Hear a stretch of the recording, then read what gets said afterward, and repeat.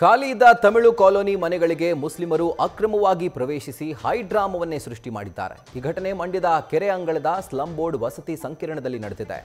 ಕೆರೆ ಅಂಗಳದ slum board ವಸತಿ ಸಂಕೀರ್ಣದಲ್ಲಿ ತಮಿಳು ಕಾಲೋನಿ ಸ್ಲಂ ನಿವಾಸಿಗಳಿಗಾಗಿ 576 ಮನೆಗಳನ್ನು ನಿರ್ಮಾಣ ಮಾಡಲಾಗಿತ್ತು.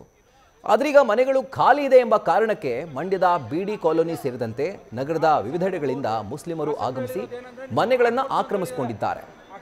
ಈ ವೇಳೆ ಮುಸ್ಲಿಮರು ಬಡವರಿಗಾಗಿ ನಿರ್ಮಿಸಿರುವಂತಹ ಮನೆ ಹಲವು ವರ್ಷಗಳಿಂದ ಖಾಲಿ ಬಿದ್ದಿವೆ.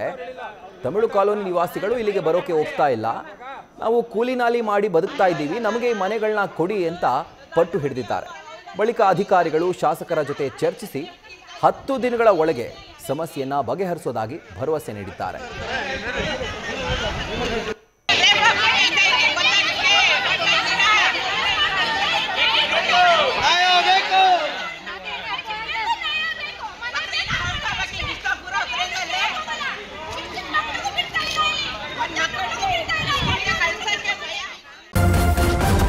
ನ್ಯೂಸ್ ಫಸ್ಟ್ ನಿರ್ಭೀತಿಯಿಂದ ನಿಮ್ಮ ಪರವಾಗಿ.